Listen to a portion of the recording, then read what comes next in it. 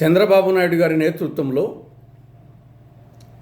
కూటమి పార్టీలు అధికారంలోకి వచ్చి దాదాపు 22 నెలలు కావస్తా ఉంది. ఈ 22 నెలల్లో కొత్తగా వృద్ధాప్య పెన్షన్లు కానీ, వితంతు పెన్షన్లు కానీ, దివ్యాంగుల పెన్షన్లు కానీ ఒక్కరికి కూడా ఇవ్వలేదు. ఈ 22 నెలల కాలంలో అనేక మంది ఆ పెన్షన్లు పొందేవారు చనిపోవడం జరిగింది. కొందరిని వివిధ కారణాల చేత ప్రత్యేకించి దివ్యాంగులను అనర్హులుగా ప్రకటించడం జరిగింది. వారి స్థానంలో కూడా కొత్త వారికి అవకాశం ఇవ్వలేదు. 2024 మార్చిలో, అంటే గతంలో వైకాపా ప్రభుత్వం అధికారంలో ఉన్నప్పుడు ఈ యొక్క వృద్ధాప్య, వితంతు, దివ్యాంగుల పెన్షన్ల కింద 66,34,372 మంది పెన్షన్లు పొందేవారు. ఇప్పుడు 2024 మార్చిలో. అదే 2026 మార్చిలో కూటమి అధికారంలోకి వచ్చిన తర్వాత 60,69,604 మంది మాత్రమే అర్హులయ్యారు.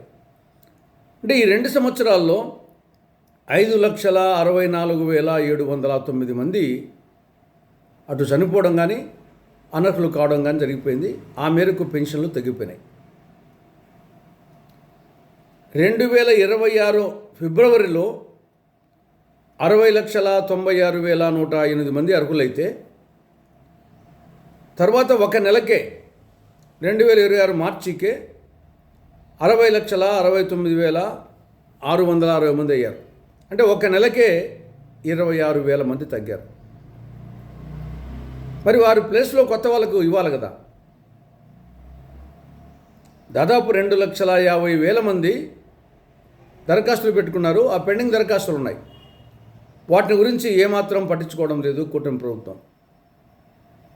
కాబట్టి వెంటనే కనీసం వచ్చే మే 1వ తేదీ నుంచైనా సరే అర్హులైన కొత్త వారందరికీ అటు వృద్ధాప్య కానీ, వితంతు కానీ, దివ్యాంగుల పెన్షన్లు కానీ ఇవ్వాలని కాంగ్రెస్ పార్టీ డిమాండ్ చేస్తూ ఉంది. ఇక రెండో విషయం, కుటుంబంలో వృద్ధాప్య పెన్షన్ కానీ, వితంతు పెన్షన్ కానీ ఒకరికే ఇస్తున్నారు. ఇది కరెక్ట్ కాదు. ఇవి కుటుంబ పెన్షన్లు కాదు, వ్యక్తిగత పెన్షన్లు. వృద్ధాప్య పెన్షన్లు కానీ, వితంతు పెన్షన్లు కానీ వ్యక్తిగతంగా ఒక ఇంట్లో అత్త వృద్ధురాలు, కోడలు వితంతువు, ఇద్దరికి ఇవ్వాలి కదా. కానీ ఇక్కడ ఒకరికి ఇస్తామంటున్నారు. అటు వృద్ధాప్య పెన్షను అత్తకైనా ఇస్తాం, లేకుంటే వితంతు పెన్షను కోడలికైనా ఇస్తాం, ఇద్దరికి ఇచ్చేది కాదంటున్నారు.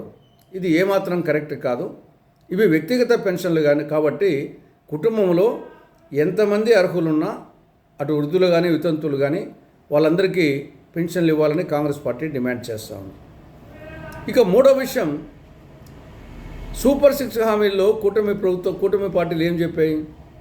కూటమి అధికారంలోకి వస్తే బీసీ, ఎస్సీ, ఎస్టీ, ముస్లిం మైనారిటీలకు 50 ఏళ్ళకే పెన్షన్ ఇస్తామని చెప్పడం జరిగింది.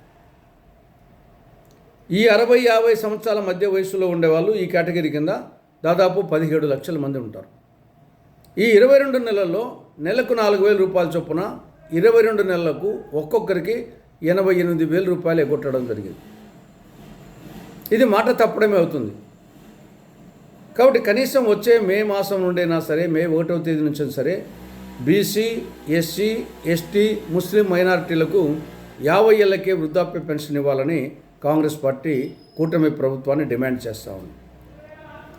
మరొక ముఖ్యమైన విషయం, విద్యా దీవెన లేదా ఫీజు రీయింబర్స్మెంటు, వసతి దీవెన లేక స్కాలర్షిప్స్. విద్యా దీవెన కింద, ఫీజు రీయింబర్స్మెంట్ కింద 9 క్వార్టర్స్ బకాయిలు ఉన్నాయి.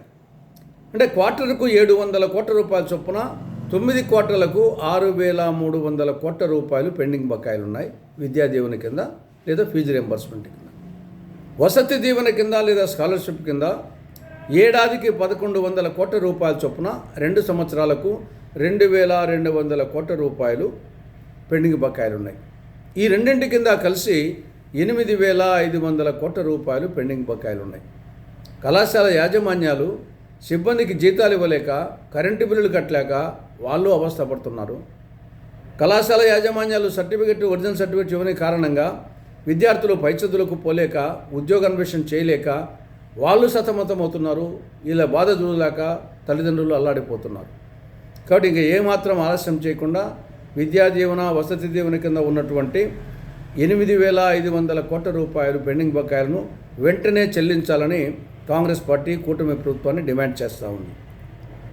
ఇక ఆరోగ్యశ్రీ, గత కాంగ్రెస్ ప్రభుత్వం పేదవారికి కూడా కార్పొరేట్ స్థాయి ఉచితంగా వైద్యం అందించాలనే సదుద్దేశంతో ఆరోగ్యశ్రీ పథకాన్ని ప్రారంభించడం జరిగింది.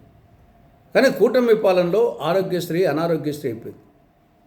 పెండింగ్ బకాయిలు 3,000 కోట్ల రూపాయలు పెండింగ్ బకాయిలు ఉన్నాయి. దీనివలన ఆరోగ్యశ్రీ అమలు చేసే హాస్పిటల్స్ మేము ఆరోగ్యశ్రీని అమలు చేయలేము, మేము సిబ్బందికి జీతాలు ఇవ్వలేకపోతున్నాము, మిగతా కరెంటు బిల్లు కట్టలేకపోతున్నాము, మేము ఏప్రిల్ 1వ తారీఖు నుంచి ఆరోగ్యశ్రీని బంద్ చేస్తామని చెప్పేసి నోటీస్ ఇవ్వడం జరిగింది. కాబట్టి ఏమాత్రం ఆలస్యం చేయకుండా వెంటనే ఆరోగ్యశ్రీ కింద ఉన్న 3,000 కోట్ల రూపాయలు పెండింగ్ బకాయిలు వెంటనే చెల్లించాలని కాంగ్రెస్ పార్టీ కూటమి ప్రభుత్వాన్ని డిమాండ్ చేస్తూ ఉంది.